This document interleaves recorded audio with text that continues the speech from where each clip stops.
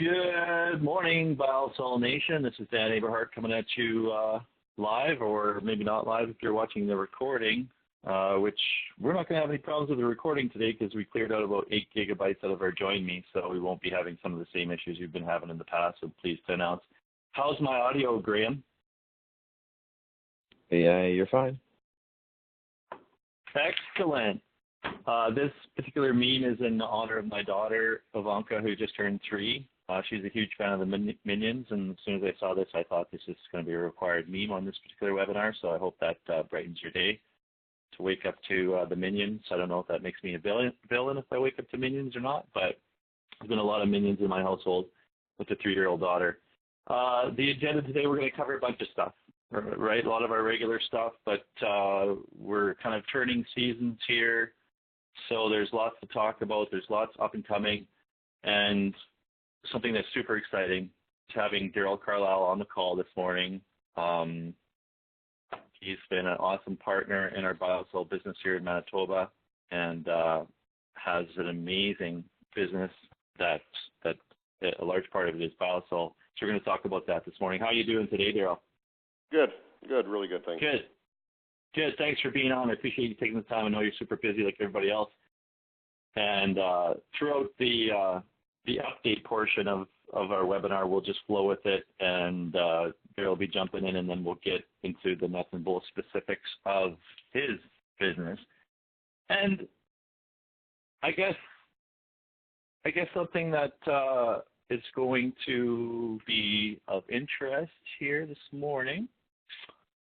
I don't know why I have people clapping. It's just a good feeling. Just get everybody clapping here. So, as usual, we like to start off with one of our core values, safety. And usually I like to, lots of attendees this morning. Oh, man, we are getting people coming in the door. Well, welcome, everybody, if you just joined us. So safety is something that we really made a core tenet of the Trusted Applicator program, and in my mind, nobody's done a better job of all aspects of the Trusted Applicator program than precise application. Daryl's business in partnership with Adam. And so Daryl, tell me a little bit about some of the safety stuff that you guys have incorporated into your application business for putting on Biosol. A lot of it's fairly basic stuff, but it's all stuff we learned through you guys, or took advice from you guys and the Biocycle group out of Alberta. The guys, the girls in the spreaders, the guys in the trucks, they've all got their pre-trip inspection sheets each day, so their machines are all gone through each morning. They have to sign off. Adam does his tailgate meetings. They have their work signs that are out at the site all the time to show that it's a work area. We're really particular on their safety vest, the goggles, just the everyday safety stuff, to put it nicely, Dan. Awesome. And so what do you think that's actually contributed to the business? What's been the pros of having that safety program? I think a big part of it is the customers really notice it. We try to be as professional as we can. My crew's been really good at that, I believe. And it's noticed. It's noticed in the area. When the trucks are lined up on the road and the hazards are on and the flags are out, the signs are out, people take a note of that, and we try to keep it that way. I think that's a really big point. Not only is it keeping people alive and keep people safe. I mean, it's unthinkable that that somebody would get hurt in one of our businesses, but it happens. It certainly happens. And on the trucking side, I know we've had some serious issues. Trucking is a very challenging business when it comes to safety. But what you guys are doing with safety isn't just the basics of protecting human life and limb. It's also a neat marketing thing where people see how invested you are. People see how professional of a business you're running by virtue of this. And so some of the things that we've done in this company with partners like you, Daryl, when we talk about things like safety, when we talk about things like sustainability, this is where everything is going. Terry and I were just at the Agricultural Excellence Conference 2018 from Farm Management Canada at the Fort Garry in Winnipeg this week, and I'm telling you, there's so much talk about safety And I don't even want to say sustainability anymore because they said it about 17 times. I think I'm going to take Elson's advice and go with the hashtag environmental enhancement. So we don't have to say sustainability anymore. But this is a big thing in our industry, and representing the application of biosol so professionally with the safety thing is really important. And I'm glad you guys are getting benefits to that beyond just keeping the good people in your business safe on a day-to-day business, because just take a look at what's going on in the field here, folks. There's a lot of moving parts. So I'm glad to see you guys are being safe. We took your cue at Aberhart Farms in the custom application side with the nice sign that says, hey, work site, safe area, pay attention. And I find that just raising people's awareness about safety puts everybody in a completely different mindset. So that is awesome. I wanted to touch on the data out there. Often when I'm talking to dealers, some of the things that they say that they need to make more sales, which we're always thinking about is how to help you make more sales, is need more data. So we have invested significant time and effort into developing this map of data here. And soon to be added, I know Allison was working on it even yesterday, we are going to have a bunch of data that you guys have provided to us, Daryl, for Manitoba, because you've been pretty active in collecting a lot of different neat data on biosol over the years here in Manitoba as well, hey? Yes, that's correct. Yeah. Yeah, the more splits we can do in fields, we've found that to be one really nice, selling feature. To be able to split a couple of fields for somebody new that's on the fence or hesitant and coming on board, and try to follow it through with tissue tests or foot of row counts. It seems to go a long ways to build the farmers' confidence in not only us but the product as well. We're going to be adding that data, Daryl, to this map. And it's not just going to be some tissue tests. You've gathered some other cool data. Just want to run through a few of these highlights with you while we're talking about data. So here we're looking at protein, I think, is one of the main things that pops up here. So just tell us a little bit about this comparison and Brandon Wheat and what the benefits were that you guys saw this year. Well, for the wheat side of things, one of our dealers and customers out east of Winnipeg kind of first came across this for us on the protein of his wheat and the results he was getting. But from what we can tell, all the wheat tests we've been doing, we're gaining anywhere from a 0.9 to a 1.5% gain in protein each and every time, and that's been huge. It's easy to track, it's easy to follow through, and it's been extremely consistent. I don't think we've had a test yet where we've been under that 0.9 gain. And for most guys, when they start looking at the protein of their spring wheat crop, I know this year it wasn't a big benefit as far as extra money in your pocket, but in the past few years it's been huge. So guys that are gaining an extra point or 1.5 in protein has been a big selling feature, for guys to look forward. It kind of takes the focus away from putting biosol down only on canola acres. All of a sudden, guys are wanting to do their entire farms or making sure they want to cover the rest of their farm because we're seeing yield gain, quality, and protein gain across the board, which has been huge. And in the year that I think it was 2017 that they found this first found this protein bump, what sort of dollars was involved in the protein gain at that time? For that gentleman, off the top of my head, if I remember right, he grew, I think it was 80 or 85 bushels of spring wheat, and it netted him about $75 an acre off the top of my head in his pocket, and just the protein gain alone. So you look at, a product that was cost him, say, $40 to $42 applied, and he's got enough sulfur down there for 4 to 5 years, and he's almost doubled his money year one. That's huge. I think these kinds of stories are important for the network. We want to be careful about how we go and sell this stuff, but having specific examples like that can demonstrate how there is an ROI beyond just the sulfur continuity program. Often we just present it as, hey, it's kind of like taking your sulfur program, doing what you're doing, but it's a lower cost point per pound. It's as much or more sulfur you're going to need in a 5-year period, but we're careful about talking about yield and stuff like that, but protein's a huge deal, and that's all related to getting your macros set right. Yeah, and even this year for our area around here, guys are seeing quality gains as well, or they're getting a grade 1 versus a grade 2, and that's been huge in this area this year. There's been some ergot issues in the area.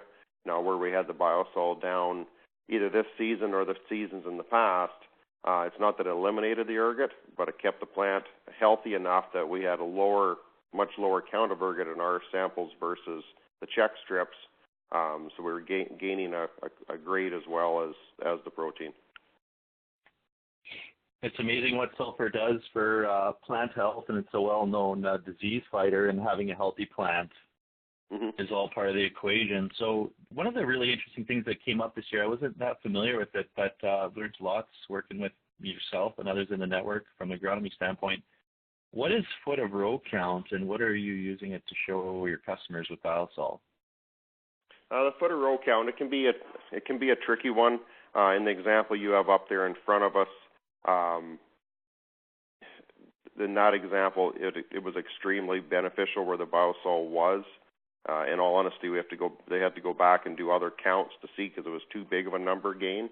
But what we try to use the foot of row count for is when we got a split in the field and we know where the split is, we can kind of get some rough gain or yield quality gains off of it. So by doing a foot of row count on your check strip versus your applied side of things, we can use that foot of row to come up with a yield, final yield goal. So for the guys that don't follow it through at the end of the season or miss, using the weigh wagon or whatever, it gives us a little bit of prediction up front on if there's a better quality or better yield potential where the sulfur was put. So what you're doing, just to break it down for the network here, you're leaving a strip typically on a GPS map. You're omitting a certain length of one pass, and then you're going back using the GPS data to tissue test and protein test and foot of row count and potentially yield. Yeah, that's correct. Yeah, so if farmers want to we have some farmers want us to leave one strip in a field, some want a certain corner left. Other guys, they'll go out and we'll do 80 acres in a quarter section with and 80 acres without, and we'll do that in 2 or 3 quarters and follow it through that way. So there's many different ways of doing it. But for most guys, once they've seen the results once, a lot of the tests this way kind of get finished and the guys carry on. But for the guys that want to split fields, it's a real simple and easy way to go back and collect some data and your tissues and get some information to follow through and to show your customers in season or after the season of what you're seeing and what the final outcome was. Awesome. And just to put you on the spot here and ask for some hard statistical data, how much of this do you think you've done with customers? Oh, that would be a better question for Jenica. We've done a lot of it. The girls pulled a fair bit of stuff this year. I got Kelvin Jarvis up in Neepawa area, does a lot of work with us with the biosol as well, and he did a lot of tissues and counts this year as well. So we're going to have data coming from up that way too. No, I'd have to ask Jenica in all honesty. There's been a lot of tests and stuff pulled, so there's lots of data to come on to you guys. You are doing a lot though, and that's really good to see. And I think it's key to everybody's business. Here's another really interesting test that you guys did showing the efficacy of biosol on alfalfa in the spring, where they had a magnificently simple, ingenious methodology of laying down a tarp and spreading over it and then removing the tarp and looking at the difference. So how many weeks after application was this, do you know? I believe this was about 3 to 4 weeks after application, if I remember right. Now, we went through, just like everybody else, we went through a very dry spring and a very dry summer. So it'll be interesting to see what this one looks like next year as well. But for the conditions we had here, it really stood out, and it was a neat test. It was actually the farmer himself came out when the guy showed up to spread this field of alfalfa for him. He laid this tarp down, And when I was talking to Adam afterwards, Adam thought in the back of his mind, same as I thought, the guy's putting the tarp to basically do what our pan test does. What's our spread pattern look like? So they had the girls spread over top of the tarp, and the farmer came up and gathered it all up and carried it away at the product. And Adam said, well, you didn't even look at the spread pattern. He said, well, that's going to be my test. This spot doesn't have biosol, so if it works, it should stand out, and it sure did. That's an amazing visual that we don't often get, because often we're dealing in sulfur-sufficient soils. Yeah. So I know Mike Besser, one of our guys up at Minnedosa, one of our sales guys up there, we did some biosol up there this fall, and he did some of these same tests. We'll follow that through next year as well and see what they look like. But it's a very simple way of doing it. It took virtually no time to be done, but it's a huge visual, not only for us and our group, but for the farmer himself. Land that's been in hayland for a long period of time is an amazing candidate for sulfur and for biosol in particular, because of the rates that we're using. And pasture land doesn't often see a lot of fertility. And if you have customers that are looking at converting some land, that's a very big deal. I know that we had amazing results with Terry Shulman up at Swan River with New Era Ag. And I think you guys applied that stuff. Mm-hmm. And it was land that was breaking. And they put it into production. And everybody was absolutely amazed on the results that they had, where they had biosol and where they didn't. They still had sulfur deficiencies despite putting on their normal regime. I think they had some small amount of Tiger 90 and some ammonium sulfate and the whole fertility mix. But it was really only where that they actually had the biosol that they had the results. So New Era has put a sign up at that field so everybody knows what's going on there. The biosol was a huge key to that. Another interesting note that I wanted to address about hayland was we just had an individual that put biosol on some land that was 15 years into hayland, and he grew canola on it. And they had some sulfur deficiencies on this biosol land, which, of course is a concern, and it went into the local elevator. He was gone, and his dad wasn't sure what was happening in this canola crop. He took this plant into the local elevator. Of course, the story got out that it's, third year biosol, and the biosol isn't lasting, and there's sulfur deficiencies, and you better watch out using that biosol. Well, if you guys are coming across anything like this in the community, any naysaying about biosol for whatever reason, please call us, because when I called the individual who's been a big fan of biosol since the beginning, he said, yeah, it was basically just a mix-up. So what happened was they had hayland 15 years, and they should have applied that biosol in the fall or earlier in the spring, but they didn't apply the biosol on that canola until cabbage. So where there was some intense spots of sulfur deficiency, it was merely a timing application issue, and he had no issues or qualms about it. It's one of those things that wasn't a third-year application of biosol running out. The actual story was that the biosol was applied too late in the season for conversion. But typically, we're not afraid of saying you will see visual results in a couple of weeks on hayland, in the sulfur-deficient hayland, and that just speaks to the availability of the product overall. So if you guys have any questions or concerns coming from anybody in the community about any issues with biosol, please contact me or an account manager so that we can work through the actual facts and make it clear to the community, because as of this fall, we'll have 900,000 acres of biosol that's been spread and applied across Saskatchewan and Manitoba with top producers and agronomists. And you'll be very hard-pressed to find anybody that's dissatisfied with how the product's been working. And if people are using any little tidbit of information against us, as they love to do, it's very important that we address it head-on so that people don't spread things like this and put seeds of doubt into people's mind. Because the fact is the product's been working years 1 through 5 in Alberta now, and years 1 through 4 in Saskatchewan, Manitoba. beyond our expectations. Is that fair to say, Daryl? Yes, it is. Yeah. I rest my case. But just a good example of how we want to stay on top of actual information. So this is pretty striking photo of Katie and Tara here with some root mass differences on a strip that you guys left. And what can you say other than, this goes back to the foot of row count, but there's a lot more root mass grabbing a lot more soil in the biocell comparison to the non-biocell. So that's a good news story there in this image as well. Okay. Well, ladies and gentlemen, we've just gotten through November, and we had a great early order program. I want to thank all the dealers that stepped up and bought some product at a discount, thereby enhancing their margins for spring. We appreciate that, and we'll have another early order program in the spring for the fall.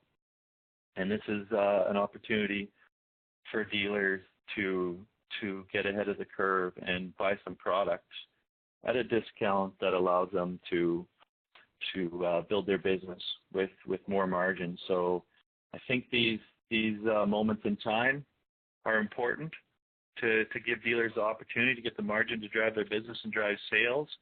And we got to keep selling all through the winter here, make things happen for the spring. To that end, we are investing in the Farm Forum event that will be marketing Biosol there on everybody's behalf. And the show has been purchased from Agritrend by Glacier Media. And it's still in Calgary this year, but it's probably coming back to Saskatoon, I think, next year. And we wanted to be involved because we've got a great relationship with Glacier Media. We're going to be speaking, I had this up here, we're going to be speaking on the Wednesday and the Thursday. And the general thrust of the presentation, I need to change the date here, on Wednesday. So the general thrust of the presentation here, Rule 5. Really the way that we're positioning this is farmers fixing the world's problems. And we wanted to present some really good new solutions that are in modern, conventional agriculture, demonstrating how we're not only feeding the 7 billion people on planet Earth, we are coming up with solutions that are mitigating some of the issues that people in the urban areas might have. So people are concerned about nitrous oxide, for example. I mean, we all need nitrogen. If you took away the Haber-Bosch process, you'd have to get rid of a third of the planet's population. It's kind of like oil. I mean, the reason everybody has the time to be concerned about climate change on all their devices and tweet about it is that, we're living at the epoch of human civilization here, basically, because we got cheap food and cheap energy.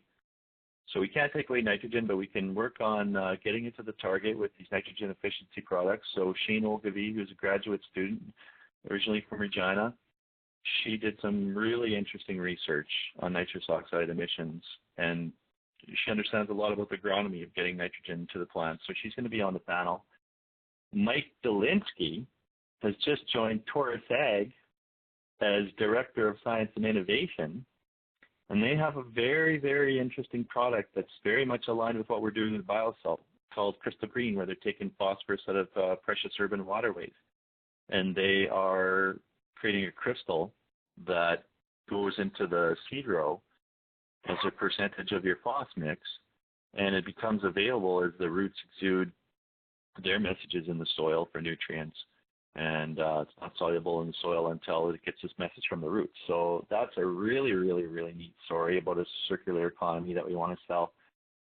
We want to sell or tell, or however you want to say it. And, of course, none other than our resident sulfur guru, Alston Solberg, is going to be talking about the Biosol program and the environmental enhancement side of that.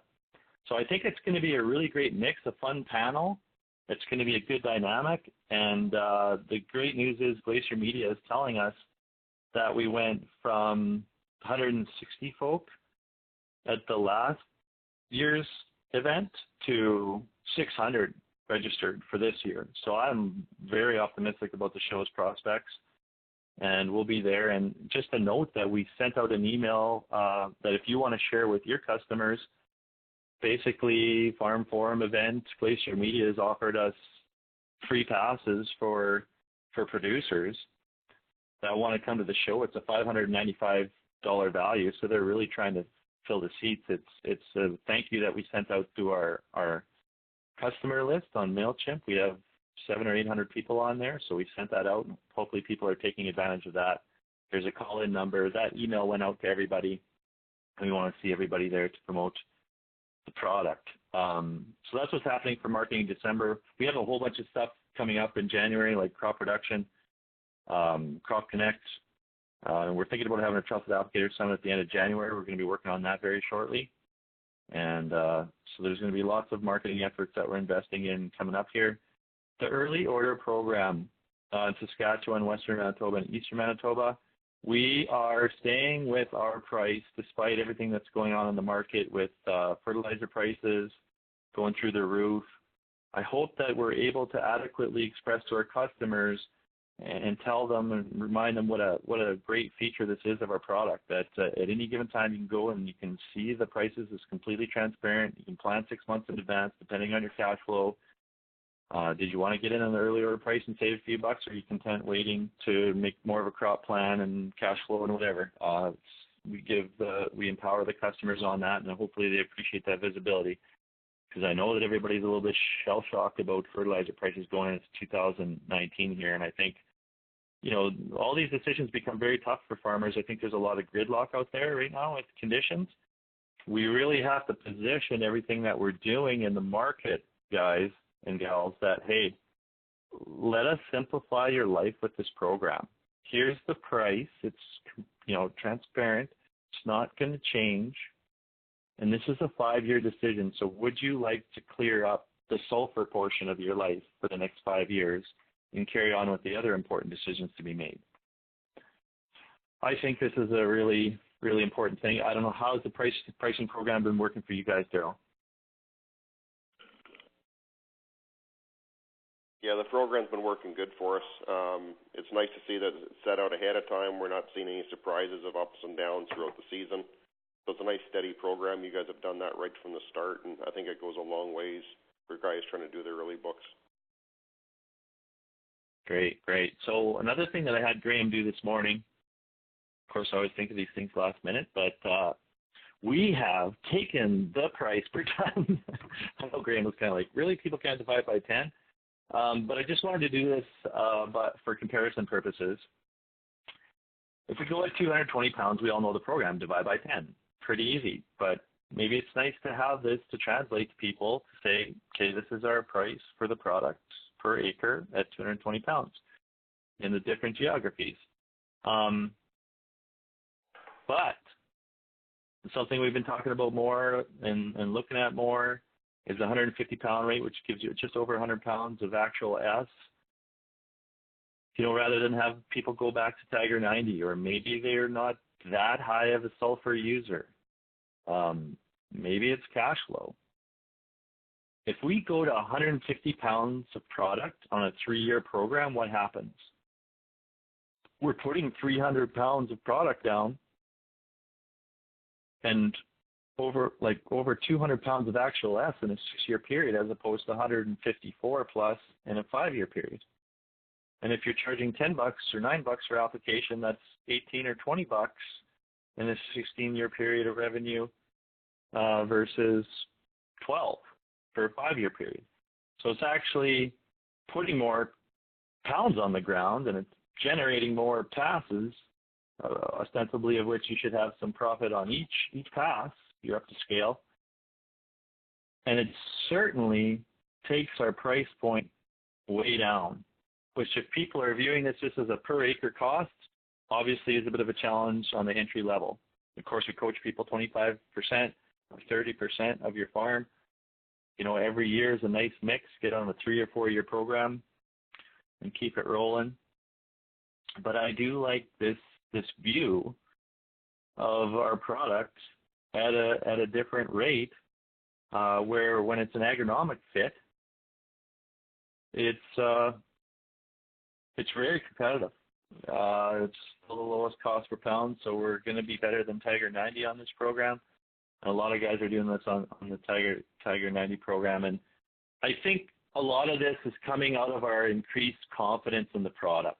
And we know we're putting a lot on. We know the variable particle size is released at different rates. The reality is this is still fertilizer, and at the end of the day, it's going to go on the rates that people are comfortable with, agronomically speaking. But as we get more comfortable with this product, I think we have more confidence going to a lower rate. What are your thoughts on this, Daryl, for your geography? It'll be interesting as we move forward with it to see what kind of release curve we're actually getting that year one and year two. But you are correct in saying, when you look at so many of the customers out there, the amount of pounds that we've been applying and putting down based on a 4 or 5 year program, in most cases is double and sometimes triple what guys are doing today. So it'll be a really interesting program to follow through and see. But I think it will have a great fit for some of the farmers that have not been pushing the envelope as hard as some of the other ones. What I think is important about this is to recognize,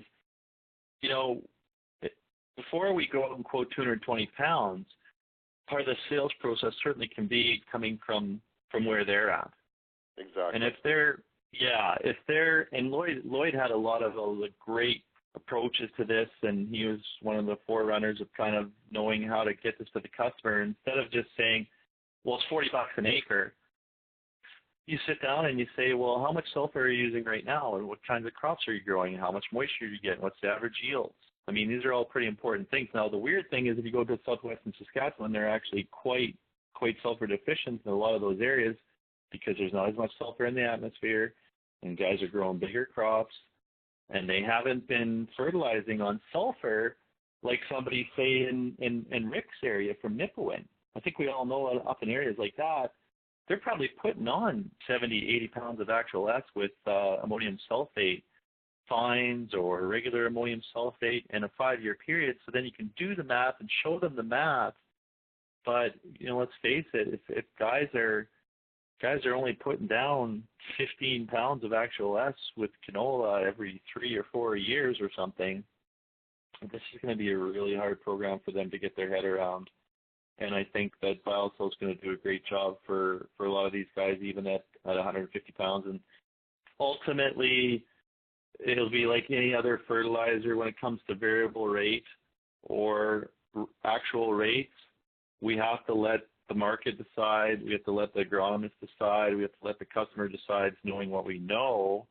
Now, the question is, how much do we stand behind this 150 pounds? Because we have absolutely stood 100% behind our 220 pounds rate, and we have not been, paying warranty dollars, quote unquote, to people who didn't get the results they wanted.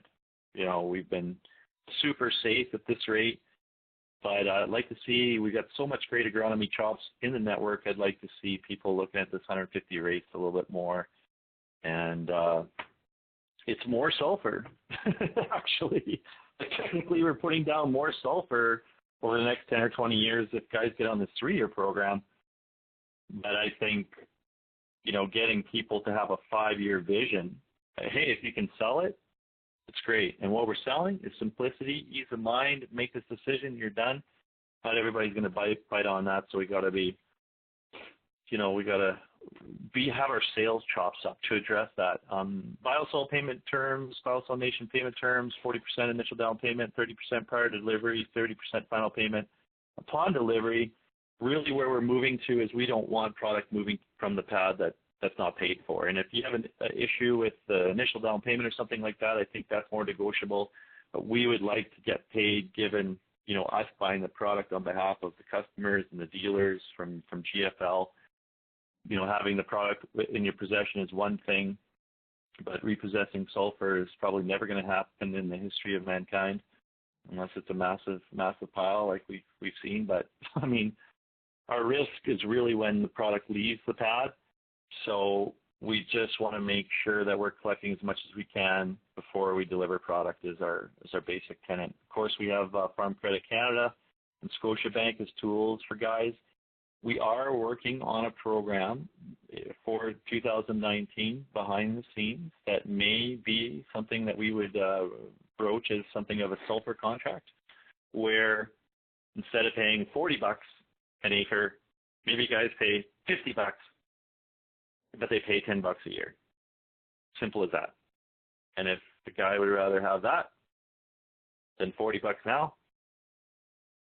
maybe we'll be able to enhance our volume with that. We're going to have a certain amount of that program put away for that purpose. We're thinking a couple $1 million of uptake on that across Western Canada, but that would be an interesting tool for us. Often I find, though, it's one of those things you either have the cash or you don't.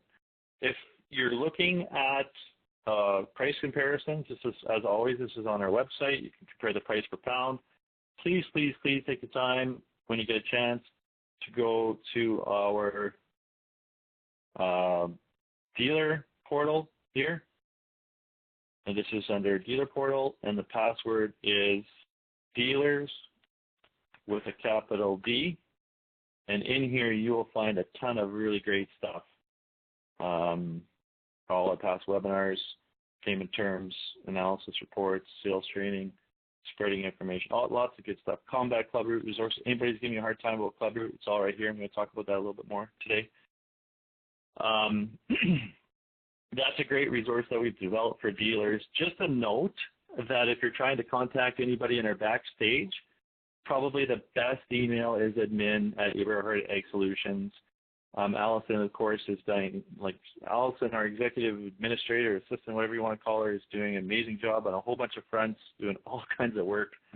I think she's pretty blown away by all the stuff that she's ended up doing, But we also have Debbie Sheridan is doing our books now. Thanks for the recommendation on Debbie, Daryl, because she is unbelievable. So she's doing a lot of our books now.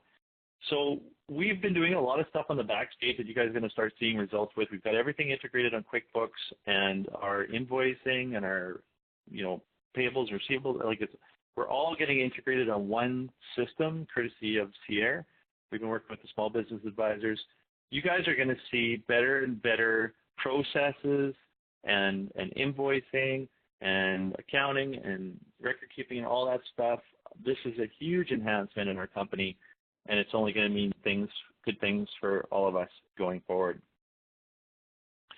I wanted to have a little bit of a sales chat on combating Club Root once again, because this has been coming up, and without the risk of being overly verbose on this particular subject, I think that this is something from a sales point of view we need to deal with directly. And I know I've talked to dealers who have said that they've dealt with this and they've dealt with the objections, but I think for new dealers and other people, this can hit you right over the head in your community, where people are walking into their retailer and their retailer is saying, why would you put that garbage on your field? Like, are you an idiot? Why would you put something that has Club Root in it on your field? And I think the misnomer regarding Club Root comes somewhere from the families of cauliflower and broccoli can have Club Root in it, from the grocery store. So they're translating this grocery waste into biosol as potentially having Club Root in it.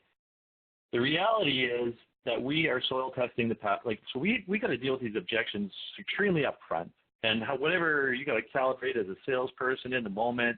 But we certainly just got to have the tools to immediately handle those objections, because if there's any doubt on our part or we don't know, we're going to get ran right over.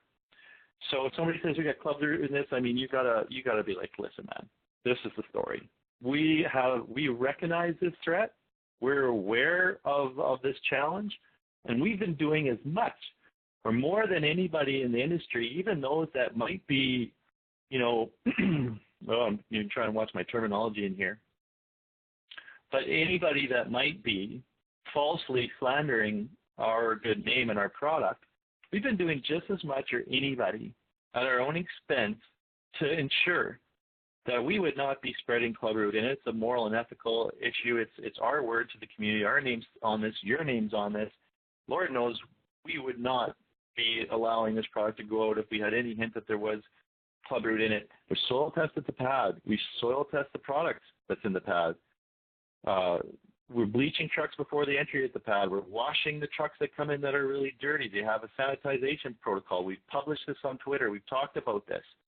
It's pretty simple math, guys. You have 1 day.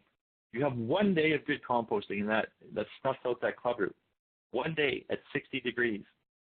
And typically, we can have compost. You guys have seen the compost coming out of the pad warm this year. We can be composting at 67 degrees for 25 days. There ain't nothing coming out of that. There ain't nothing coming out of that. So we've been testing the product. We've been testing the pad on a weekly basis in the busy season. The Club Root protocol and the tests are on the dealer website there. We can't let this ruin our business, the people that are saying this stuff. And to me, while we're going to rise above it and we don't need to get down in the mud and wrestle with these people, it's on them when they say that Biosol doesn't work. It's on them when they say that elemental sulfur isn't available. It's on them when they say that our product has Club Root on it, not on us, because you know what? We have evidence and we have protocols and we have practices in place that clearly, definitively show, A, we don't have Club Root in our product, and B, we're doing just as much as anybody else in the industry at an earlier point in time. Thank you very much. So we have to deal with these objections right in the spot with the proper information and destroy this pathogen of slandering. It's Club Root's an issue, but the slandering is an issue. And if you guys have people in your community that are saying this stuff, we can't go convince everybody to like us or, people are always going to talk trash about us. I get it. But we're doing a lot. We've done a lot. And Daryl, I know maybe it hasn't been as prevalent with you guys in your business as some other areas. But what are you seeing and hearing out there, and what are you guys doing to mitigate the Club Root on the application side? On the application side, we make sure the trucks are clean. We try to keep them as clean as we can. On the service truck Adam's got out in the field, we got a pressure washer unit set up so they can sterilize or wash the machines down. They make sure they clean from job to job. They try to clean the machines down the best they can. Just try to keep the knowledge and the understanding out there to make sure we're not transferring soil from one farm or one field to another the best we can. But it's a hard one to do when you're on the road and machines are running through mud and everything else. But most guys understand that you're trying hard, and that the product's been tested, and that's a big part of it. We have good people all along the way concerned about doing the right thing, including the applicators, to mitigate this, but we're never going to eliminate this. But we just want one thing to be clear. There ain't no Club Root coming out of the pile, and there ain't no Club Root coming out of the pad, period. So it's a challenge for everybody. I know it's a lot of work for everybody, but this is something we got to live with. They've had it in Alberta, and sales have continued to grow, so it's not a death knell for Western Canadian agriculture. It's not a death knell for our spreading business. It's just going to take an extra level of education, handling objections, and doing the right thing in the field to remove that extra stuff. So I know that's been a challenge for you guys this fall, but it's just going to be part of the business going forward, and we got to make sure that we're doing the right thing there. So I got Graham on the line here. I'm sure lots of you got to deal with Graham quite a bit this fall. Got to know him better. He's been doing an amazing job on logistics. Graham, did you just want to give us a bit of a logistics update here before we move on? Sure. We're still sneaking loads out here and there whenever people need them. Now that we're not steady, I don't have trucks flying around everywhere to be able to kind of divert them or move them whenever people want product. I kind of need a little more time ahead. We're not loading, preloading and driving and then delivering early in the morning anymore as best we can, unless the temperatures stay around zero, just because when it sits in the box, it gets pretty cold overnight. Daryl actually has his truck driver on with us, Sean, who, when trucks were flipping and hitting the ditch on Highway 1 all around Regina the other day, Sean went out and delivered a load. We're trying to keep him at the pad for a bit, but he wanted to get out there anyway. And he successfully navigated the icy roads, which was nice to see. If you need loads, let me know. One thing we are doing when it gets cold is not packing the box. Like, to get 40 tons on the Super Bees, they kind of pat it down and pack the trailers so they can fit it all in there. What we're seeing is if you go like 38, 37 tons, it's not packed in there, and it just kind of mitigates the chance it freezing and packing in the box, and it dumps way easier. And we haven't had any real big issues with freezing this year, so that's good. Yeah, if you have any late sales or whatever, as long as the weather stays like it is and like it says it's going to, we should have at least another week, 2 weeks to get product out if you need. Awesome. And give us a bit of an update on this tarp thing that we ran into this fall, just so we're going to keep reminding people of where we're at with that. Yeah, so we kind of got in, the government always had this rule since biosol is a dangerous good, but in Saskatchewan with the Humboldt Bronco crash and a bunch of other stuff, they kind of started pulling rank on trucker regulations and safety. So they were worried about the tarps on biosol. It's a dangerous good. The means of containment need to be watertight, and no road spray can get on the product or anything. So we had a little bit of I don't know what you call it, a tough time right in busy season with trucks getting tarps, but now everybody had an opportunity to get tarps, so we're back rolling. I'm not sure what it means for people that are transporting with like live bottoms from in their farm. I would be wary of the DOT pulling you over. I don't know if they'll ticket you right away, but they'll definitely give you a warning. If you don't have fully enclosed tarps, then you might get a talking to from the DOT, because they are definitely on the lookout for it.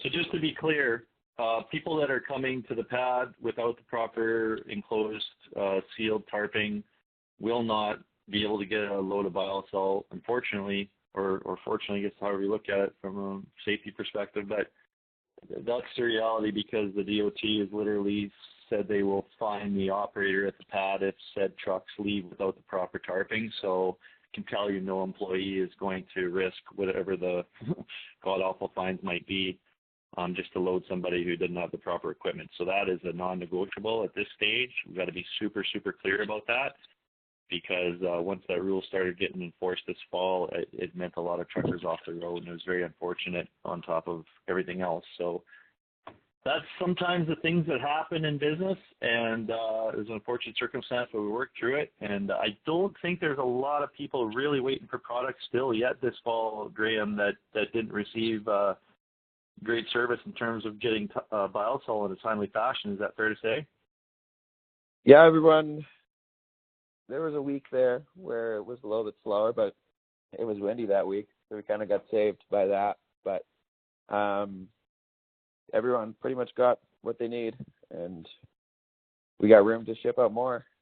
You need it. Daryl, did you want to share a little bit of your thoughts on transporting biosol and spreading biosol here through the fall months into winter? What have you guys seen, or what can you share with the network? Because just to set the stage here, I want to make sure that we set people's expectations, especially people new to the biosol nation, on how this product handles as the temperature goes to minus 5 or 10, and we have snow on the ground. How does that go for you guys? What's your thresholds? What's the do's and don'ts, pros and cons of spreading into the winter months here? Can you educate us a bit?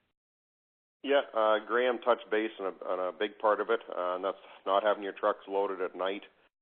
Make sure the product's going in fresh in the morning. Don't do any packing down of the product into the trucks. Same with the spreaders. Those spreaders have to be clean at night. They have to be empty. Any product left in there. Minus 15 is our magical number. Anything lower or colder than minus 15, it's a huge pain in the butt, to put it very nicely. Minus 8 or 10 is phenomenal, but minus 15 is kind of our cutoff for sure. But yeah, you get a lot more bridging and sticking. One thing we really run into or see or come across is how the guys stockpile product. If you're getting loads delivered ahead of time, especially, well, it doesn't matter if it's this colder weather or if it's nice in the summer, that product needs to get pushed up and piled proper within the same day of the trucks being delivered. In the summer months or in the fall months, the product dries out some. That makes it harder to spread. In the winter months, it freezes up in smaller piles, and then when the guy stockpiles it, it makes it a bigger mess to try to clean up again. So it's a huge part of just being able to control the product and making sure it's handled properly and stockpiled or stored properly for your guys applying it, so they have less issues and hassles out in the field. But even keeping something as simple as like your spreader boxes or your truck boxes washed down once a week or cleaned out, that little film on the outfits make a huge difference. Like even our side dumps, and they're out hauling with Graham, when he's home here once a week, the trailers get washed out even on the inside, and then we recoat it with a calcium product. We basically paint the tubs with a calcium product. Helps prevent the sticking and the freezing to the boxes, and that makes a huge difference. Great information for the network. That's awesome to know. And, one other thing that we're doing at the pad here this fall or this winter is we're going to make some piles of various sizes. Like one's going to be 100 metric tons, one's going to be 200, and one's going to be 300. As far as I know, not a lot of people have been storing that small of, or stockpiling that small of tons over the wintertime. So we're going to do some tests and take some temperatures, because it gets just as cold as anywhere in Regina. So we'll go and see when it's after a couple months at minus 40, we'll go take a temperature and see just how big of a pile you need for it to be kind of weather protected, and how long it takes to thaw out and that kind of stuff. So we know better, and maybe if it gets nice in the wintertime and we know that it thaws out in like a week, once it's warm, then we can deliver more in the wintertime if you get some nice weeks or months or whatever. So that could help for people that are worried about wet conditions in the spring for delivery or whatnot. Because if you deliver on frozen ground, there's no issues getting trucks in there. But it seems like people are a little worried with smaller piles freezing in the wintertime and not thawing out in the spring. So we're going to do some experiments, I guess, at the pad and see how that plays out. And that'll be interesting to see, but that's something we have not run into as far as the pads freezing over. The outside crust will. But like you said, Graham, it'd be interesting to see in the size. But if you're doing 150 or 200 tons, as long as it's peaked up and pushed up into a pile, shortly after being delivered, I don't think there'd be any issues that way personally. But it'd be interesting to see for sure. Yeah. Like what's the smallest tonnage that you've really stockpiled though through the winter? Like you usually have bigger piles, don't you? We do, but when we move stuff down into North Dakota and stuff, like that's into some smaller piles, and we'll do that throughout the winter or kind of March timing. And it doesn't take very much to break into that pile. It just seems once it's piled and peaked, you're pretty good and pretty well protected. It's more when you get little trails and little dumps of it here and there, like when they dump the side dumps. If that's not cleaned up and you get those frozen chunks, that can stay in there quite a while. But as long as you keep giving it stockpiled the same day it's getting delivered, we've never really run into any kind of issues that way personally. Perfect.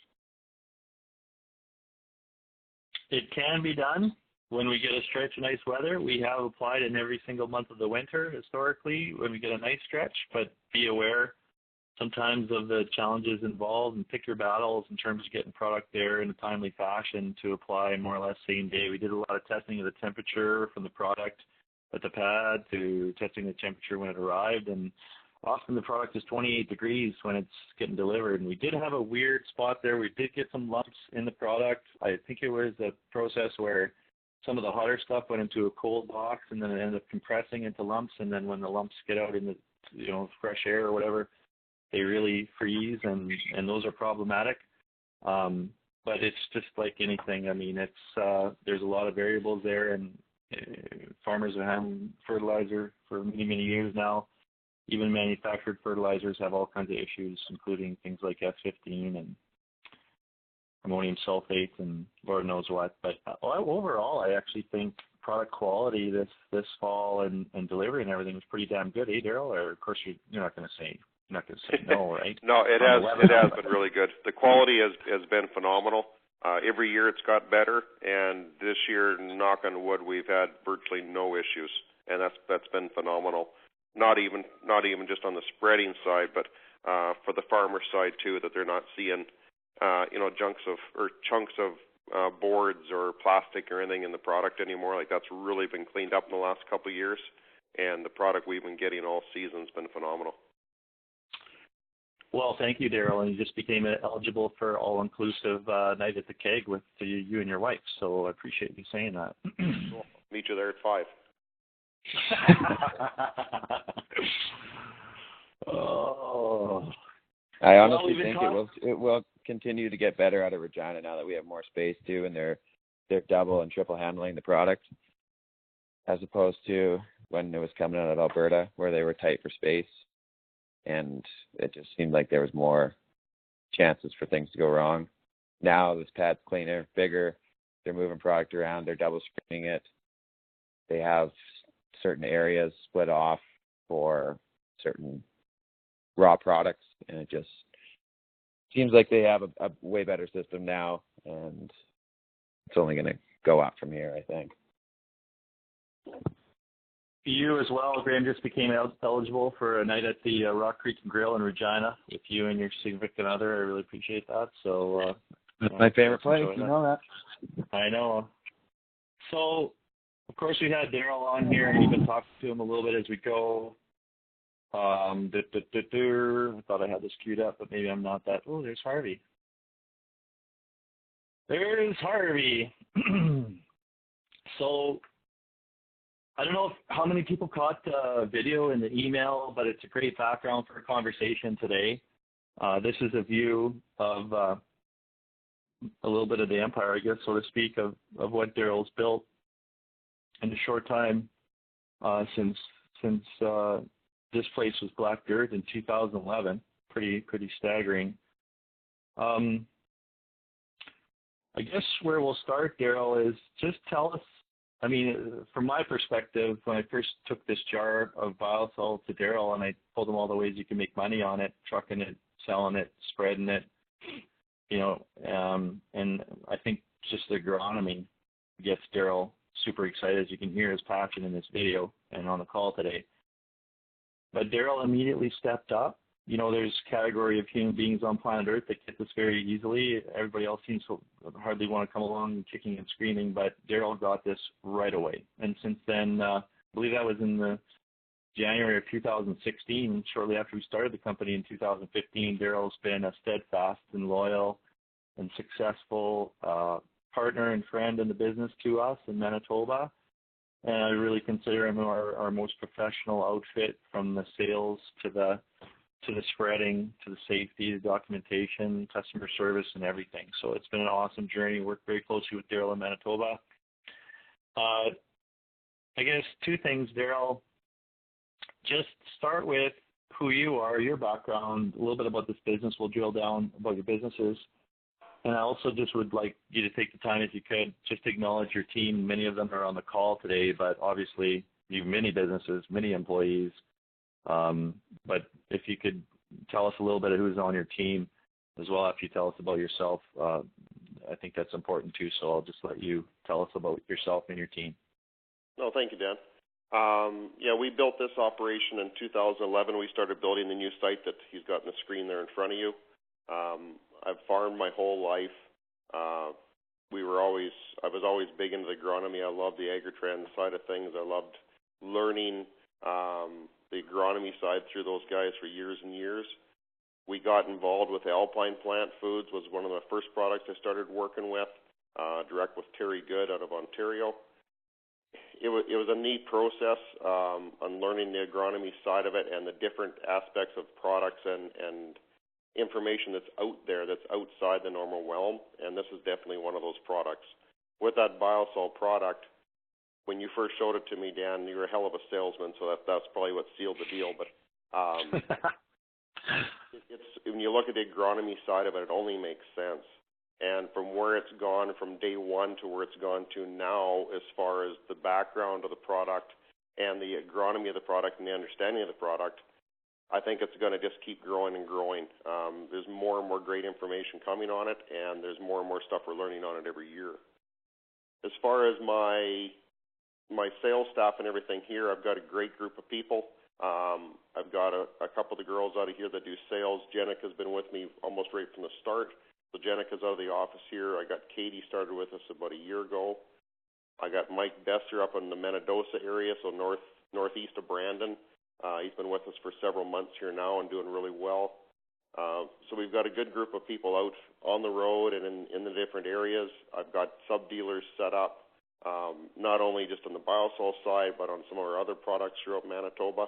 And that's been a big help and a big support to us. But it's, I don't know, it's been a real interesting journey. I think there's lots more to come, and we got lots more to learn yet as we go. But I think it'll be great as we move forward and things carry on. So tell us a little bit about some of the other products that you're selling in the context of how your whole fertility program for producers gets unrolled to customers, kitchen table by kitchen table. Yeah, so basically everything we do, which most guys are well aware, we do a lot of specialty products. We kind of do the niche markets that you don't see a lot of out there, but they're growing and growing. Like we touched base on the alpine side. That's been a huge part of our stuff. Understanding that upfront nutrient aspect of the plant, the micronutrient side of it, and the foliar side. The foliar's catching on more and more, and you're starting to see and hear about it just about any conversation or meeting you go to now, where when we first started working with it, it was something most guys didn't discuss or even consider. But guys are looking at the economics of growing, a bushel of grain off an acre of land, and the economics come down to how your nutrients are applied, the availability of them, the salt index of them, the health of them. It's all been huge. And then one of the other products that we've done for quite a few years now, probably 10 or 12 in all honesty, is our product Lignajoule. I got Scotty Walker from DSW Consulting started with me probably 8 years ago now, I'm guessing, on helping to promote the Lignajoule product. It's a lignin-based product that we bring out of Russia. It's a man-made product. We got dealers set up from here, basically up into the Peace River, down into North Dakota and the top part of South Dakota. We got guys working with it. But same thing, it's a specialized product. We get results from it year after year. It's a consistent result, and that's something similar we see with the biosol, and that's what really catches my eye. There's hundreds of products or thousands of products in the market, and it seems hundreds of new ones joining every year. But the data isn't there for a lot of these products, and the consistency isn't there. Yes, they get the one-offs where 1 in 3 or 1 in 5 times they get a yield bump or quality bump. But you take the products like the Alpine, the Biosol, the Lignajoule, where we see a consistent gain one way or another across the board time after time again. And that's huge when you're trying to move forward and getting more and more customers working with you, is to show the consistency of a product and not be scared to show the trials where you break even or it didn't work out this year, because they don't always work. But when you can go and show guys 7 or 8 or 10 years worth of data, and on average you're gaining yield, quality, or money back in the farmer's pocket 8 out of 10 times, that's huge. And the farmers really see that, and they understand that, and that's what they want to follow through with. One of the things that I've seen that you've done super successfully, which I think is worthy of note for many of our dealers that are sort of in the gestation stages where, maybe bigger things are ahead, where they're going to grow their retail business. You've taken a number of products like Biosol, but really specifically the Alpine.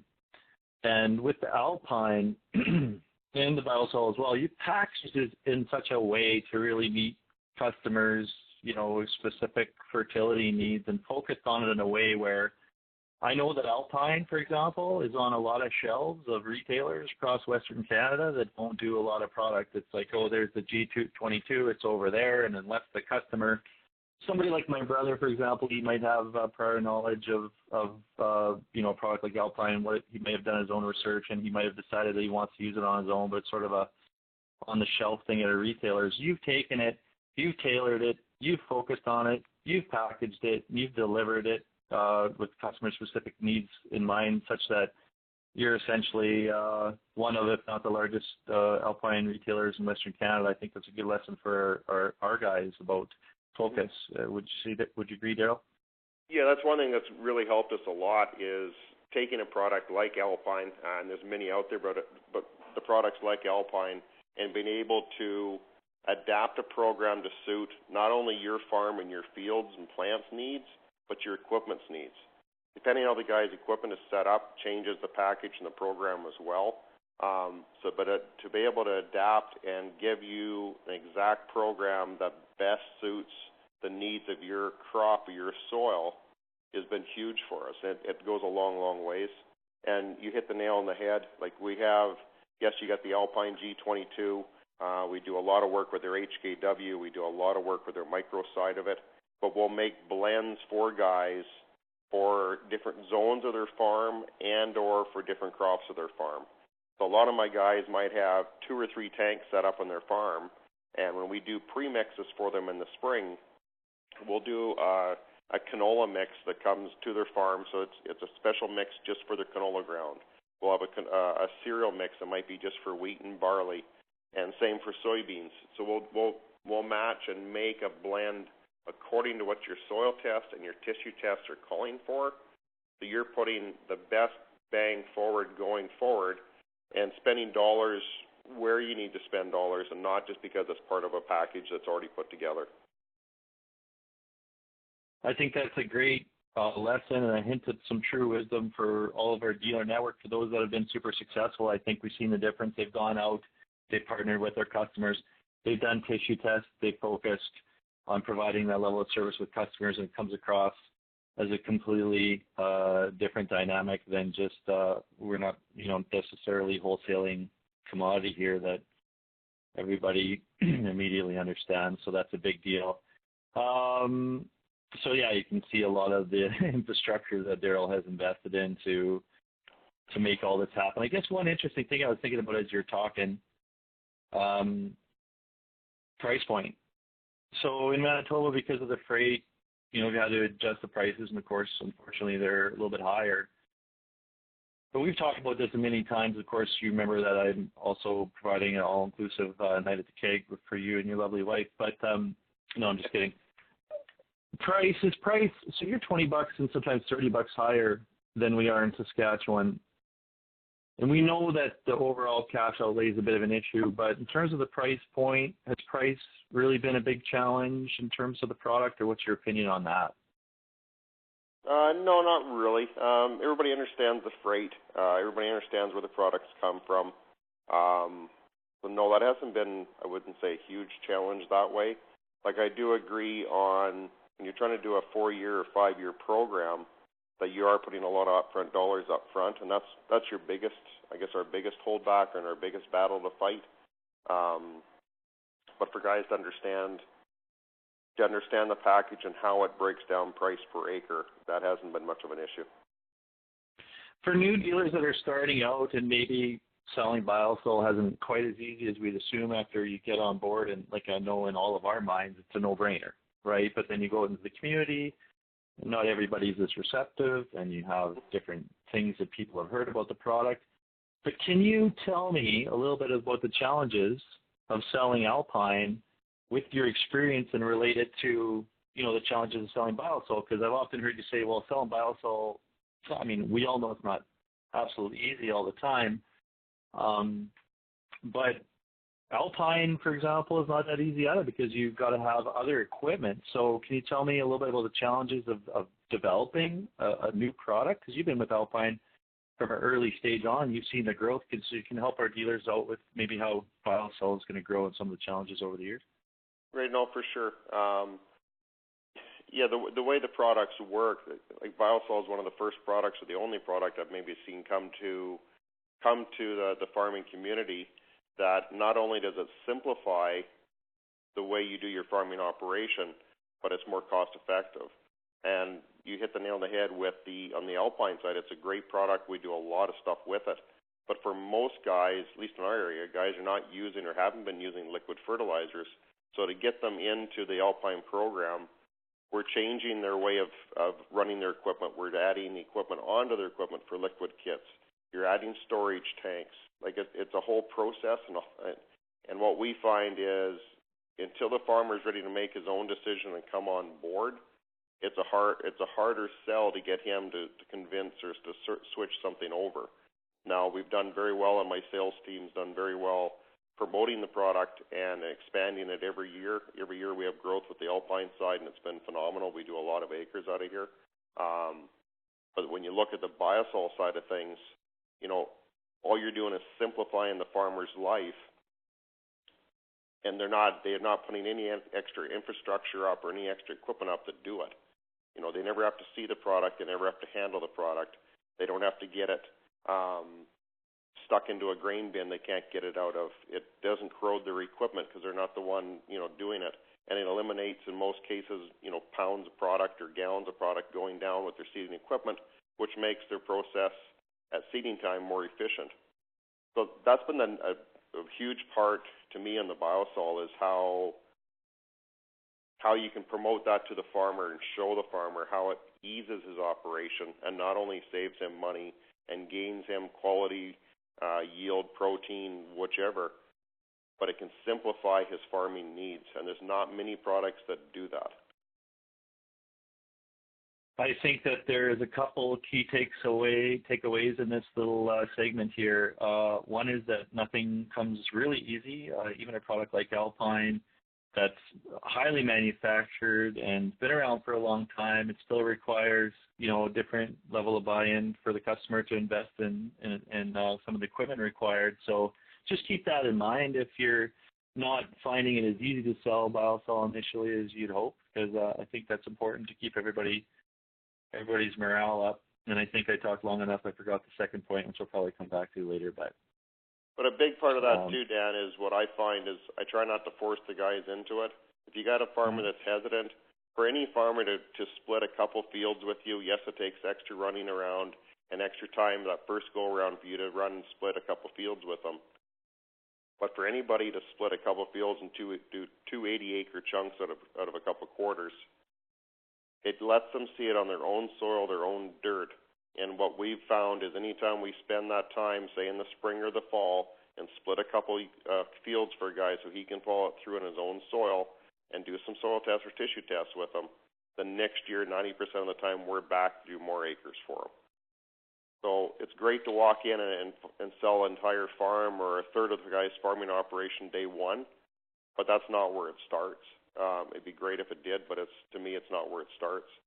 It's getting it out there, getting guys to see it and understand it, feel it and touch it, to get them comfortable and confident in it. Nobody likes to be pressured into doing X number of acres. That'll come with the confidence of the product and the confidence of the farmer understanding the product after seeing it on his farm for a season. So I think that's a big part. Yeah, that's a great point. I know sitting down with Dean and Doug Erickson, I was hoping to have them on the webinar soon too. They've done a lot of that demoing and trials and stuff like that. They've invested a lot of time and money into that, but they've got key guys in a lot of areas now that those 180 acres turn into 1,800 acres for a customer and getting them on the program. That's working really well. The other thing that I wanted to key on now that I remembered as you're talking is, you know, if we stop and think for a moment here, what are we really selling? What are we really selling? Are we selling sulfur? Or are we selling one of the most valuable things any farmer could ever achieve in his lifetime right now, given everything that's going on? Are we selling simplicity? And are we starting with that? And we're really saying, like, we are here to cut the fog of war. We are here to help you. And if you get on this program, this is going to greatly simplify a whole area, and you can get on to handling other stuff in your life.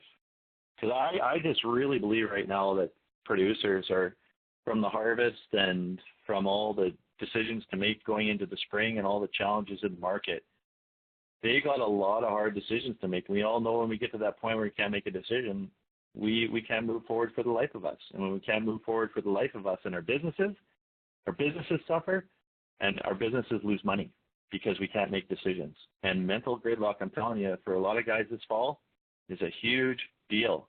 So what can we offer them? Some of the most priceless things in life. Simplification.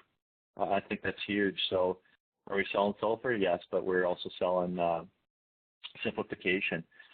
You've undergone a bit of a renaissance here, a reboot, let's call it, with Carlisle Ag Center.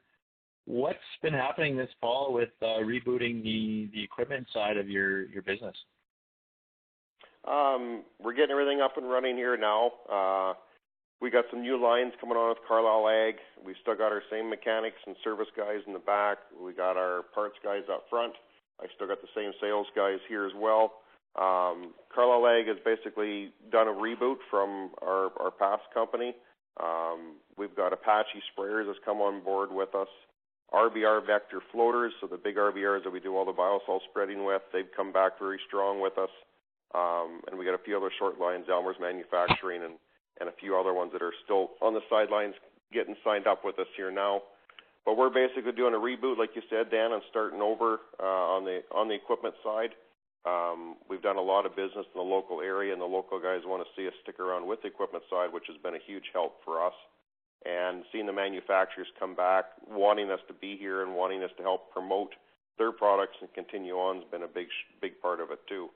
So we're here to help farmers with anything that they need, and if they have any questions or concerns, to give us a call, and we can get some pricing and stuff out for them for sure. Yeah, you guys have done a great job, and I think the Apache account especially is a really powerful one. There's a lot of those machines out there, and I will say, having sold sprayers in the market for 13 years, that Apache is undoubtedly the best mechanical drive sprayer on the market. No, yeah, thank you. No, they've been a very strong unit for us in the past, and it's going to be a great part of our business going forward. Awesome. Okay, that's good stuff. So let's. This is a bit of a view of the inside of Daryl's offices here. I don't know if we caught a picture of the lazy old dog that usually sits around and moans and groans here, but just kind of view of the inside of the business. I'm just going to fast forward. Here's the inside of the shop. This is a very brief glimpse of part of the shop and guys working in the shop. You got the local OK Tire that's been servicing guys really well. But on the spreading side, so just take a little bit of time to acknowledge people on the team and who we have working on the other company that's servicing biosol called Precise Applications. Mm-hmm. Yeah, so in Precise Applications, the guy you got in the center of your screen with his back to you is Adam West Burnham. Adam's been with me for well over 10 years, I think now. Adam is partnered with us on the spreading side and kind of oversees all the spreading and keeps it all organized on the road. On the picture in front of you, on the right-hand side, you got Carter and his brother Cody to the left. There's two of our truck drivers that are on the road with the sulfur side. And then the little blonde lady to the right is Miss Holly. She's been with us for, I want to say 3 or 4 years now. She drives one of the spreaders. Katie's been running the other spreader this fall as well for us, and she's done really well too with it. So we've got a good team on the road. They get a lot of acres covered, and like I said, they're very safety conscious, and they want to make sure they're doing the best job they can for you guys and the farmers when they're out there. Awesome. So you got some great people there. Let's just fast forward here to a few more images. So let's start right at the pad with your equipment. So this is a shot for any of you that missed the dealer webinar last month. We went in pretty extensively down the rabbit hole with Mike, whose office is right here at the pad. It's from GFL, just outside Regina on the Global Transportation Hub. And this is a pile of biosol here to the tune of about 8,000 or 9,000 metric tons. This is where the raw sulfur comes in from, like, northern Alberta, for example. And then this is the stuff that's immediately been blended off for safety and for the incubation period, blended in with the compost. And this is, of course, finished screen product screened by these screeners over here. But you've invested in the value chain and you're gaining revenue and margin on everything right from when biosol leaves the pad. So tell us a little bit. You've got some trucks on the road with Super Bees. You've got some trucks for tendering. Can you set the stage for our network about how you do everything right from the pad to the customer? Yeah, we got 2 sets of side dumps. You got one of them in the picture there that have been hauling 4 Abard egg out of the Regina pad, coming back to us, or I guess hauling to our own sites in the off season, and then helping you guys, or trying to help you guys in the spring and fall as far as getting it from the pad out to the other dealers and other customers throughout your network. We've also been using the side dump Super Bs and hauling the raw sulfur in throughout the winter, working with the GFL guys that way, bringing it into the pad to keep the trucks on the road all the time. In season, we've been doing for the equipment. In season, we've run the Trout River live bottom trailers. So a really nice trailer for taking the finished product out to the spreaders and in through the conveyor system to the RBR vectors. Like I said, they're all set up with the sealed tarps on all sides of it, so we don't have any tarp issues like you guys ran into a little bit this year. But just having the right equipment set up, I know it's not a cheap investment to do, but the efficiencies of it and the reliability of the equipment's been phenomenal for us, and it really helps keep the customers happy and keep the acres getting covered throughout the network. And so you've got 3 of these Trout Rivers delivering from your own pads to the spreaders, correct? That's correct, yeah. And what kind of radius are you able to pull from and keep up with these monster spreaders? Basically about a 60-mile radius we can keep up with 2 trailers. Anything outside 60 mile, we'll put the 3rd trailer on. And that keeps, in the 60-mile radius, you'll keep 2 trailers running pretty darn steady. They're tri-axle trailers on tri-drive trucks, so we're getting a good payload that way. So when they get there, they've got 320 acres roughly on per trailer. So that's been a big help, and sure lets the spreaders keep going. Yeah, so just going back here, we got a couple trucks going. So 3 trucks kind of keeps things going. How have you, I know our network's really interested in this equipment. How have the Trout River trailers been working for you specifically? They've been extremely good. Knock on wood, we've had no issues with the Trout Rivers. They're a little heavier trailer than some of the other ones in the market, but they stand up really well for getting in and out of fields. They can handle any twisting of approaches, because as you all know, we're going into fields that aren't your own. So some of the locations you go into are not set up for this type of equipment. But yeah, they've been a really good trailer to work with that way. They're all fully lined, which helps a lot on the bridging aspect of it. But no, they're not an ag trailer. I guess they're more of a commercial trailer, so you can haul gravel with them, rock with them, asphalt with them. So like I say, they are a little heavier than the ag models that are out there, but we're not having any issues as far as twisting or anything like that I've heard from some of the other guys. And what about these conveyors? Yeah, the CAS conveyor, the guys in Alberta were the first ones to run them. That's where we got the name and brand from to get one. They've been a phenomenal part to the system. A big part of, getting your acres covered and getting your efficiencies up is the machines can't sit at a spreader for 20 or 30 minutes, or can't sit at a conveyor for 20 to 30 minutes to get loaded. I believe the guys are taking anywhere from 5 to 7 minutes to load 10 metric ton. It's simple, it's easy, it's neat, it's tidy. There's no spilling on the ground, or very little spilling on the ground to clean up afterwards because of the trough system down the bottom. So that's really eliminated a lot of hassle. The first season or season and a half, we were running 20-inch, basically egg conveyors. And yes, they work, but we were spending 3-4 times the amount of time to load as we do now, and the upkeep on them was phenomenal compared to these units. Yeah, and then you're going to the RBR Vector. You had some versatile tractors with pull types. Yeah, and then you invested in these 2. Yeah. Yeah, the first units we ran, we had the AgriSpread boxes pulled behind a couple of versatile tractors. Worked very well. but for getting efficiencies and getting acres covered, going to these self-propel units, we gained a little bit on the width, just getting the height up, but just the speed and the smoothness of these outfits for user-friendly for our employees or for the operators has been huge. When you get out of a tractor after being out there for 14 or 15 hours bouncing up and down, the people were tired and they knew it and they were sore the next day. These things are like driving a Cadillac, very smooth. They're all air suspension on them. The AgriSpread boxes have been phenomenal. It just increased our efficiency and our cost per acre for our running costs just came down dramatically. And so what sort of efficiency are you getting with these machines in terms of productivity and spread width and all that good stuff? Depends on the wind and stuff, of course, but then most of the time their guys are hitting 100 feet spread width all the time. They're pen testing to make sure everything stays good there.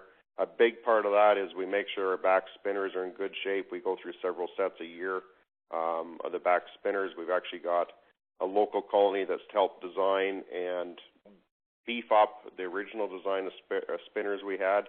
So we've been running them for a couple seasons now, and that's helped us a lot. But a big part of it is I think the girls are running anywhere, depending on smoothness of the field and runways and everything else. They're able to run that 20 to 24 mile an hour, which just increases your efficiencies just dramatically throughout the day.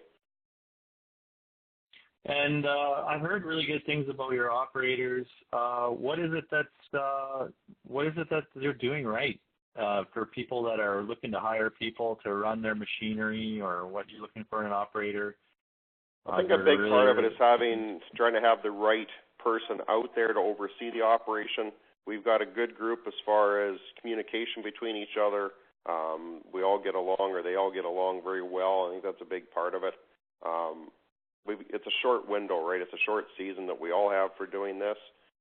So you got to better go when the weather's right, and you got to better, take time off when the weather's not, let everybody get caught up. But just having the right people and the right attitude, I guess, is a big part of it as far as I'm concerned.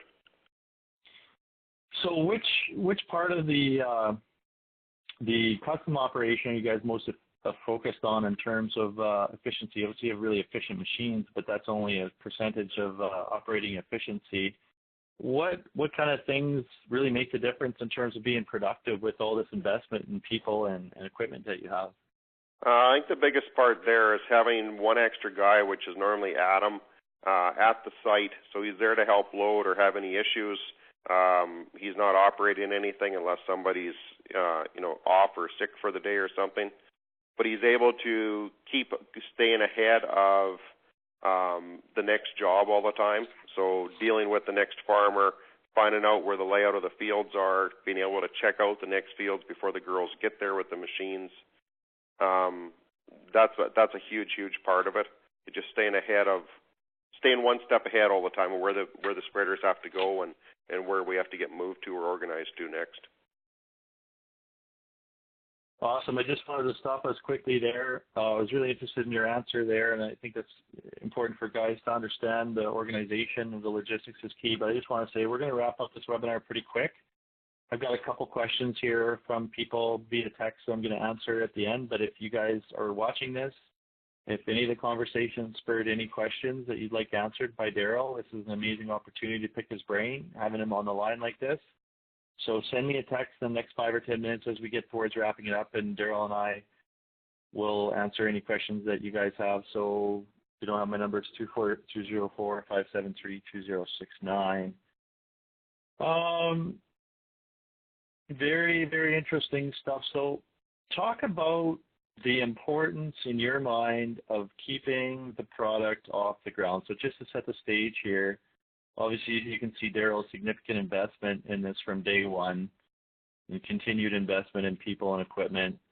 And in Manitoba, really, there's very little product that stays in piles. And you felt very strongly about this from the beginning. What are the economics and the advantages to doing this for your customers versus putting piles on their field? We've seen a couple different things. The guys in Alberta really hit that home to us. The first winter we went out and met everybody out there, where they started by doing the stockpiles in different areas. and then having issues as far as having those areas, trying to get them cleaned up, get growth coming there again later. So what we've kind of tried to do right from the start is to eliminate the piles we have to be able to pull from. So we've got a couple of different spots that we do stockpiles to pull from, but with doing that, we're able to make sure the piles are all kept neat and clean. We don't have little areas that are getting dried out. We don't have areas we're going into if you get wet conditions where you're mudding things up or can't get in and out with wheel loaders or trucks.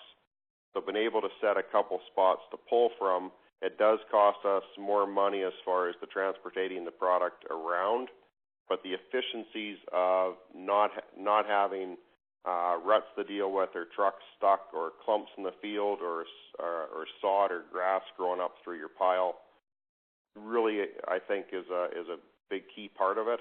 And our farmers or customers, I think, really appreciate the neatness of the product, not having the deal with truckers calling them at night, where does this pile get dumped or what spot does it go, or, hey, I got stuck, where are you at? That's a big part of it. The thing we've been really trying to promote right from the start with this product is that we want to make it as simple and as effective as we can for our producers. And to do that, it's not trying to hassle them any more than we have to. So, for Adam to get his locations and everything right off the hop from the producer and only have to call him if there's a concern or an issue or that we come across out in the field, I just think it's a big part of it personally. Well, it goes right back to what we were talking about as a key sales strategy. What are we really selling here? Well, if we're selling simplicity and you're providing this truly all-in-one service, it certainly makes one's life simple, and they have to calculate the value of that faced with so many decisions on the farm on a regular basis. And it's made it really nice because some of the partnerships we had on the sales side here in Manitoba with new dealers and sub-dealers, they've been able to go about the business of selling, knowing that you're going to come in a timely fashion and come into an area and do their spreading for them in such a professional manner. And I think a lot of people on the call might be wondering, for yourselves, having invested in this level of equipment and people, where do you find the sweet spot on the economics, or how are you viewing this level of investment in terms of the all-important thing in all of our businesses at the end of the day is profitability? Yeah, that's definitely been the hardest part, is the profitability side of it. We're getting enough acres covered a year now. They're covering their payments. We're making some money off of it. But I think for the whole team that's out there, we're all getting close to hitting that year 4 or year 5 of doing this product. So, yeah, we're all trying to hit X number of acres a year.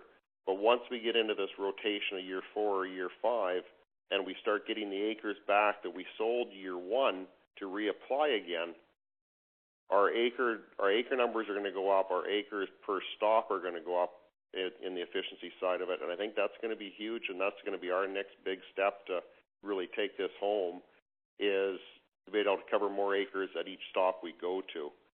But I think for the sales side of it and trying to grow this business as we move forward, with yourself, Dan, getting into year 4 and 5 in Manitoba and Saskatchewan, all of a sudden we're going to have acres coming back on board that we're not having to so-called resell right from the start. And that's where I think it's really going to make this more economical for everybody. What do you think has been key to getting people to continue using the product? I think just understanding the product and seeing the data that we're all pulling off as a group for it.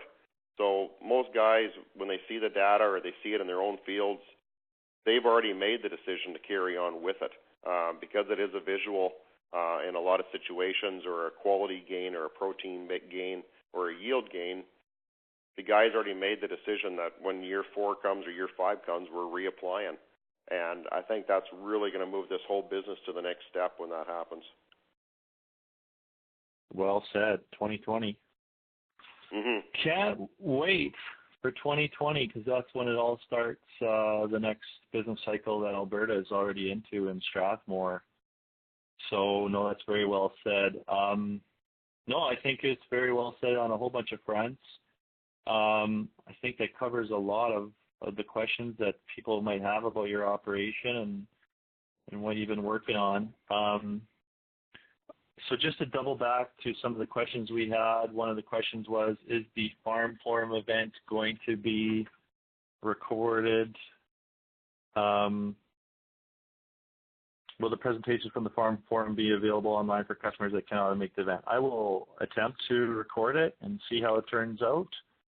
And then if it's of good quality, perhaps we shall be able to put that online. I will see how that goes. So I'll do my best on that. Hopefully all of you can join us at Farm Forum. The other thing was a text here about alfalfa. Do you know, Daryl, was that second year alfalfa in the photo there?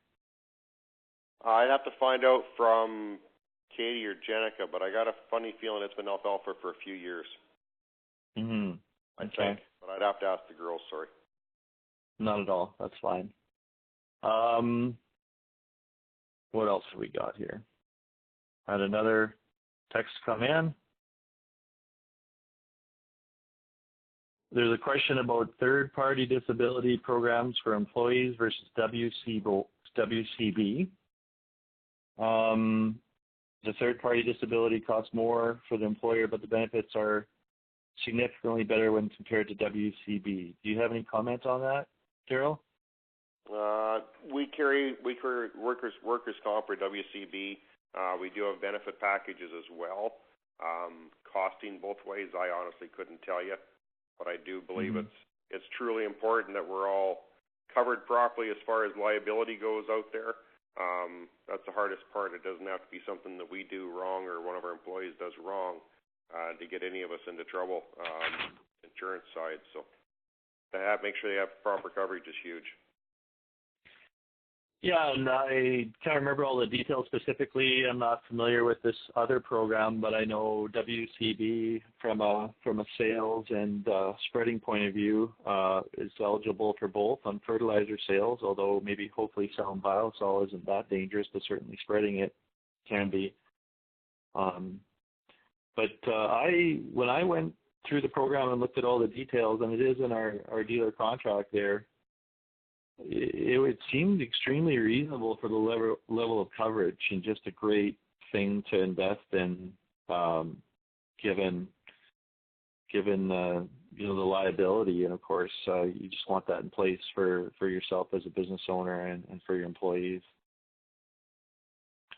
I thought it was pretty reasonable, but hopefully that answered your question there as good as we could this morning. Well, that was pretty amazing, Daryl. Yeah. Just one thing I noticed on the screen, if anybody needs to get a hold of me or has questions for me, feel free to throw me an email or give me a call. The email address is incorrect on your screen. It's Daryl@CarlisleLiquid.com. Just take the word starters out of there, guys, if anybody needs to email me. Just so, is it Daryl at what? CarlisleLiquid.com. Okay. Perfect. Yeah, so Daryl is a tremendous resource on the equipment side. You've seen his setup. You've seen how he goes about selling the product, all the investment that he's made. I just want to thank you, Daryl, for being an awesome partner in the business. And, all the value in this company, Eberhard Ag, is without a doubt in our dealers. And without our dealers, we wouldn't have a business. And we consider you guys great customers and partners and friends in the business, and we want to continue growing this thing together. And Daryl, you've been one of the best partners and friends, and we've had a lot of fun along the way and a lot of challenges growing the business. But yeah, I'm really looking forward to continuing to build this thing with you. I appreciate all the investment you've made and the hard work that you've done, and the team too. Mike and Jenica and Katie and Adam and Holly and the brothers there.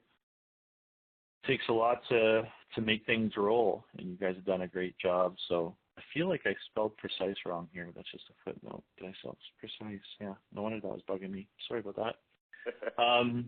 Yeah. Anyways, I think I think we're good unless anybody has any other questions, although let's see, just going to check I got a couple messages here. Mike Besser. Yeah, Mike Besser was just kind of seconding a few of the things that you said on the call. The increase in protein is huge, not to mention the great green as well. We had great attendance today. It's nice to see everybody out, and hopefully this provided value to you. And I think it was awesome. I really, really appreciate it. Now listen, guys, we have an early order program coming out, and it is in December. And all these are good reasons to touch base with our customers again. And yes, the snow has flown, and some of us have gone to Arizona, like Harvey. God bless him. But let us continue to sell and build this as a BioSol Nation. So December is a huge opportunity to catch people that aren't yet gone on holidays, that still have decisions to make for the spring. The weather and Club Route and what the hell Donald Trump's tweeting and all that stuff, you know what? People are still going to need sulfur next year. And we got the best product for that on the market and a whole bunch of friends. Got an early order program in December. Let's get out there and make some sales to customers for the spring, and we love sending out checks for commissions. We love selling product wholesale to dealers. I love businesses that have grown with this and us. I love people that are making money at this. That means a lot. I want everybody in the network to have a profitable business. So we gotta be selling. So if you need any help on the sales front, you need special terms, or you need to go sit down at the kitchen table, you need a town hall meeting, you need more data, reach out to us. We're here for you. All of our successes in your businesses. Thank you, Daryl, for being on the webinar today. Thank you. I really appreciate it, Daryl. No, you've done a great job, and I think there's a lot of great opportunities to come. So. Well, you've shown how to do it. You've shown the way how to do it, so I appreciate that. Have a great day, everybody. Hope to see you at Farm Forum. We'll probably do another webinar here before the end of December. And let's keep rolling. Let's keep hammering it home. Thanks, everybody, for your hard work. And, take care. We'll talk to you soon. Thanks, Daryl. Yeah, thank you. Have a good day, guys. Bye. Yep. Bye for now.